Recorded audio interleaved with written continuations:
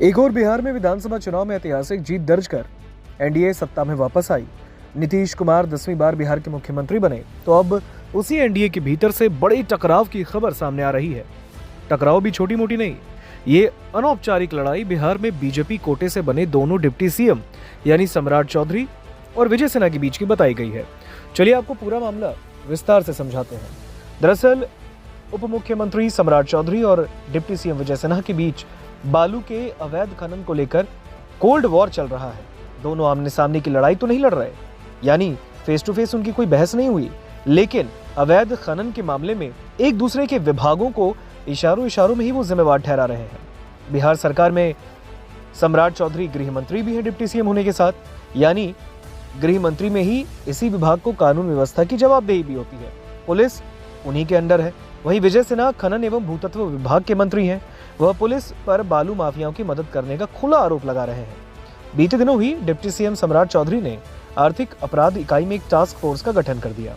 इसे बालू के अवैध कारोबार के अलावा जमीन माफिया की संपत्ति और गठजोड़ का पता लगाने की जिम्मेवारी दी गई। टास्क फोर्स का नेतृत्व डीआईजी डॉक्टर मानवजीत सिंह ढिल्लों कर रहे हैं। टीम में पुलिस अधीक्षक राजेश कुमार के अलावा 4 डीएसपी और 5 इंस्पेक्टरों को शामिल किया गया। बालू माफियाओं पर कार्रवाई करने के लिए खनन एवं भूतत्व विभाग में भी एक विकसित तंत्र है। इसके अगले दिन ही यानी कि गुरुवार को डिप्टी सीएम विजय कुमार सिन्हा ने प्रेस कॉन्फ्रेंस बुला ली। उन्होंने इस बीच आरोप लगाया कि कुछ थाना क्षेत्रों में बिना नंबर प्लेट वाले बालू लदे ट्रैक्टर आसानी से निकल जा रहे हैं।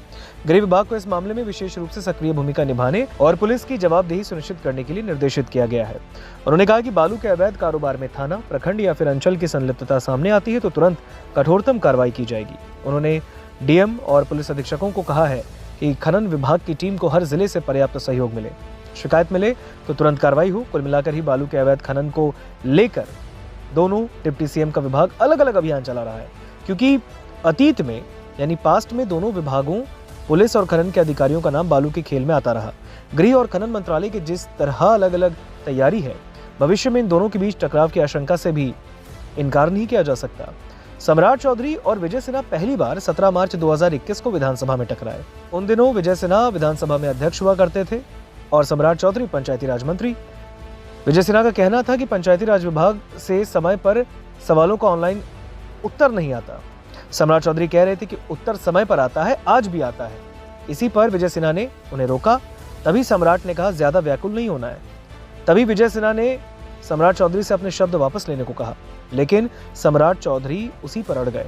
विजय सिन्हा अध्यक्ष के आसन से उठकर अपने कक्ष में गए। बाद में सम्राट ने कहा कि अगर विधानसभा अध्यक्ष को आहत करने का उनका कोई इरादा नहीं था, और इसके बाद ही फिर सदन की कार्यवाही आगे बढ़ी।